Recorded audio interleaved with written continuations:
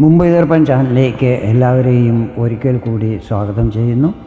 ഈ ചാനൽ നിങ്ങൾ ഇതുവരെ സബ്സ്ക്രൈബ് ചെയ്തിട്ടില്ലെങ്കിൽ സബ്സ്ക്രൈബ് ചെയ്യാൻ അഭ്യർത്ഥിക്കുന്നു. അപ്പോൾ അടുത്തുള്ള ബെല്ലൈക്കണും ക്ലിക്ക് ചെയ്യുക. അപ്പോൾ എൻ്റെ പുതിയ വീഡിയോയുടെ നോട്ടിഫിക്കേഷൻസ് നിങ്ങൾക്ക് ലഭിക്കുന്നതായിരിക്കും. ഇന്നത്തെ എൻ്റെ ഈ വീഡിയോയിൽ തുലാം രാശിക്കാരുടെ വർഷം 2025 ജൂലൈ മാസത്തിലെ സമ്പൂർണ്ണ മാസഫലങ്ങളാണ് പറയുന്നത്. ഈ മാസത്തിലെ ഗ്രഹനില ഇപ്രകാരമായിരിക്കും.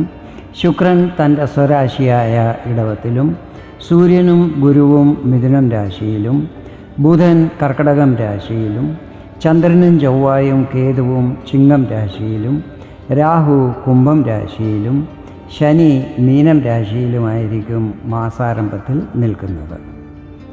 ജൂലൈ 16 സൂര്യൻ മിഥുനം രാശിയിൽ നിന്നും കർക്കടകത്തിലേക്ക് രാശി മാറുന്നതായിരിക്കും. ഇതോടെ സൂര്യൻ്റെ ദക്ഷിണായന യാത്രയും ആരംഭിക്കുകയാണ്.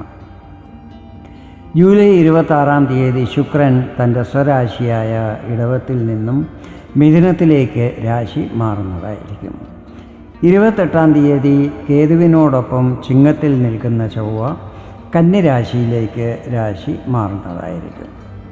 മാസാരംഭത്തിൽ ചിങ്ങത്തിൽ നിൽക്കുന്ന ചന്ദ്രൻ ഓരോ 2.25 ദിവസം കഴിയുമ്പോൾ തൻ്റെ രാശി മാറിക്കൊണ്ടിരിക്കുന്നതായിരിക്കും. ഗ്രഹങ്ങളുടെ ഈ സ്ഥിതികളും രാശിമാറ്റവും മറ്റും നിങ്ങൾക്ക് എന്തെല്ലാം ഫലങ്ങൾ ഈ മാസം നൽകും എന്ന് നമുക്ക് നോക്കാം.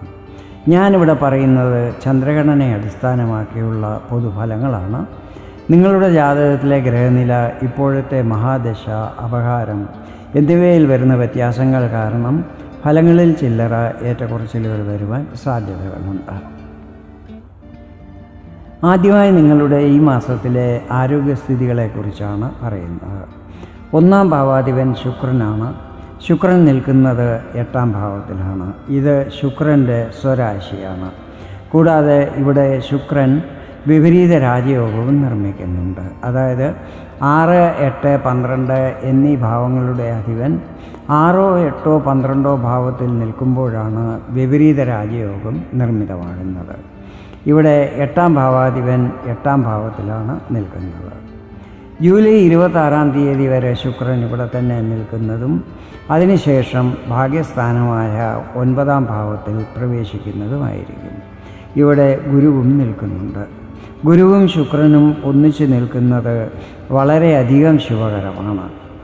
ഈ മാസം ശുക്രൻ്റെ പൊസിഷൻ നല്ലതായതിനാൽ ആരോഗ്യകാര്യങ്ങളിൽ പ്രത്യേകം ആശങ്കപ്പെടേണ്ട ആവശ്യമില്ല. നേരത്തെ മുതൽ പ്രശ്നങ്ങളുള്ളവർക്ക് അതിൽ ആശ്വാസം ലഭിക്കുന്നതുമായിരിക്കും. തുലാം രാശിക്കാരുടെ വിദ്യാഭ്യാസത്തെക്കുറിച്ചാണ് ഇനി വിവരിക്കുന്നത്. 5-ാം ഭാവമാണല്ലോ ഇതുമായി ബന്ധപ്പെട്ടിട്ടുള്ളത്. 5-ാം ഭാവാധിപൻ ശനിയാണ്. ശനി നിൽക്കുന്നത് 6-ാം ഭാവത്തിലാണ്. 5-ാം ഭാവത്തിൽ ഗുരുവിൻ്റെ 9-ാം ദൃഷ്ടിയും പതിക്കുന്നുണ്ട്. പൊതുവെ വിദ്യാർത്ഥികൾക്കിത് നല്ല സമയമായിരിക്കും. ആഗ്രഹിച്ച സ്ഥലത്ത് അഡ്മിഷനും മറ്റും ലഭിക്കുന്നതുമായിരിക്കും.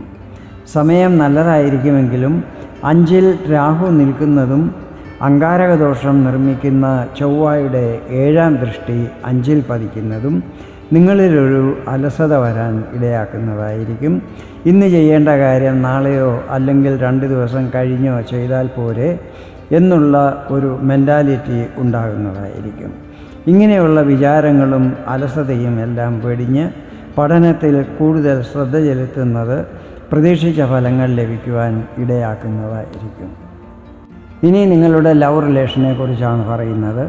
അംഗാരകദോഷം നിർമ്മിക്കുന്ന ചൊവ്വയുടെ ദൃഷ്ടി പതിക്കുന്നതും 5-ൽ രാഹു നിൽക്കുന്നതും കാരണം ഈ സമയത്ത് പ്രേമബന്ധത്തിലുള്ളവർ തമ്മിൽ സംസാരിക്കുമ്പോഴും പെരുമാറുമ്പോഴും നല്ല ശ്രദ്ധയുണ്ടായിരിക്കണം. കാരണം നിങ്ങളുടെ ഇടയ്ക്ക് ഈഗോ പ്രശ്നങ്ങൾ വരാനിടയുണ്ട്. ഈ സമയത്ത് ക്രോധത്തിലും വർധന ഉണ്ടാകുന്നതായിരിക്കും. അതിനാൽ ഇങ്ങനെയൊക്കെയുള്ള പ്രശ്നങ്ങളെ വിവേകപൂർവ്വം വേണം ഹാൻഡിൽ ചെയ്യുവാൻ.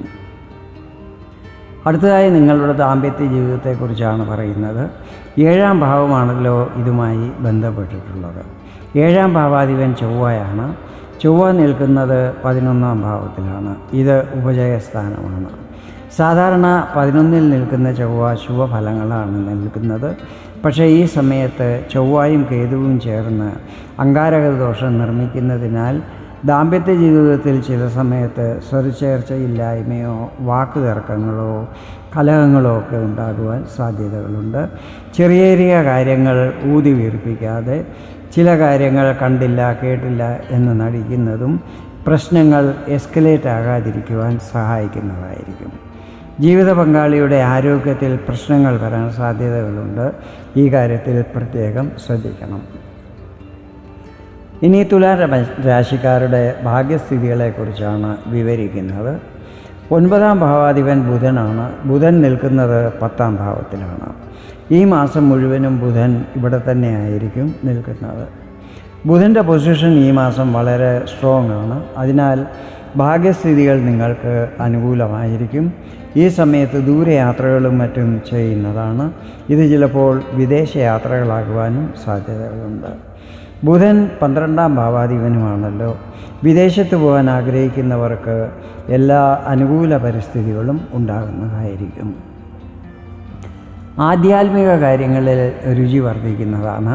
ക്ഷേത്ര ദർശനങ്ങൾ നടത്തുന്നതും ദാനധർമ്മങ്ങളും മറ്റും ചെയ്യുന്നതുമായിരിക്കും. ഈ സമയത്ത് പിതാവിൻ്റെ എല്ലാ സഹകരണങ്ങളും ലഭിക്കുന്നതാണ്. സന്താനപക്ഷത്തു നിന്നും ശുഭവാർത്തകൾ ലഭിക്കുന്നതായിരിക്കും. ഉപരിപഠനത്തിനായി വിദേശത്ത് പോകാൻ ആഗ്രഹിക്കുന്ന വിദ്യാർത്ഥികൾക്ക് അനുകൂല സാഹചര്യങ്ങൾ ഉണ്ടാകുന്നതായിരിക്കും. കോമ്പറ്റേറ്റീവ് പരീക്ഷകൾ, ക്യാമ്പസ് ഇൻ്റർവ്യൂ എന്നിവയിൽ നന്നായി പെർഫോം ചെയ്യുവാൻ സാധിക്കുന്നതുമായിരിക്കും. ഇനി നിങ്ങളുടെ കരിയറിനെ കുറിച്ചാണ് പറയുന്നത്. ബുധൻ 10ാം ഭാവത്തിൽ ബലവാനായി നിൽക്കുന്നതും 6ാം ഭാവത്തിൽ ശനി സ്വന്തം നക്ഷത്രമായ ഉത്രട്ടാതിയിൽ നിൽക്കുന്നതും കരിയറിൽ നല്ല പുരോഗതി വരാൻ ഇടയാക്കുന്നതായിരിക്കും.